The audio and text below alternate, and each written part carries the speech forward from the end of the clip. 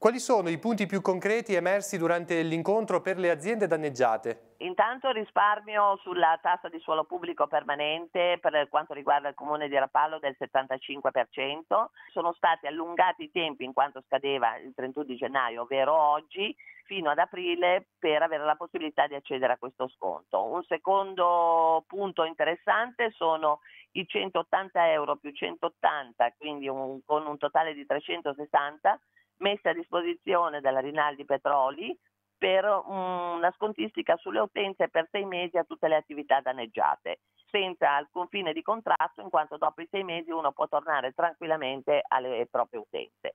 Un terzo punto, la dottoressa Zappaterra, che si è messa a disposizione anche lei con le sue competenze nell'assunzione di personale che può servire per la stagione che arriva. Ci sono altre aziende che hanno dato una mano per aiutare le imprese in maniera concreta? Quello che è saltato fuori, e devo dire che forse non so neanche se è stato capito questo grande aiuto che è saltato fuori, è arrivato dall'amministratore delegato della HD Finanza, il dottor Eraldo Stefano Menconi, con un'esperienza alle spalle in quanto lui era operativo nelle Marche nel periodo del terremoto.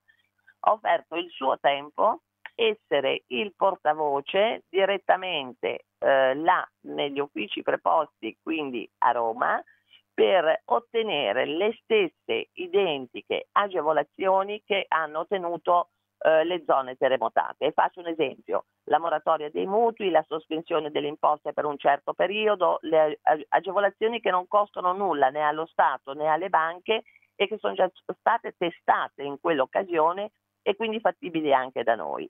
Ove non fosse accolta, diciamo, questa istanza, è disponibile andare direttamente presso l'ABI, che è l'Associazione Bancaria Italiana, quindi non è una banca, ma è l'associazione di tutte le banche italiane, e ottenere in merito appunto alla moratoria dei mutui dei fondi agevolati direttamente dall'ABI.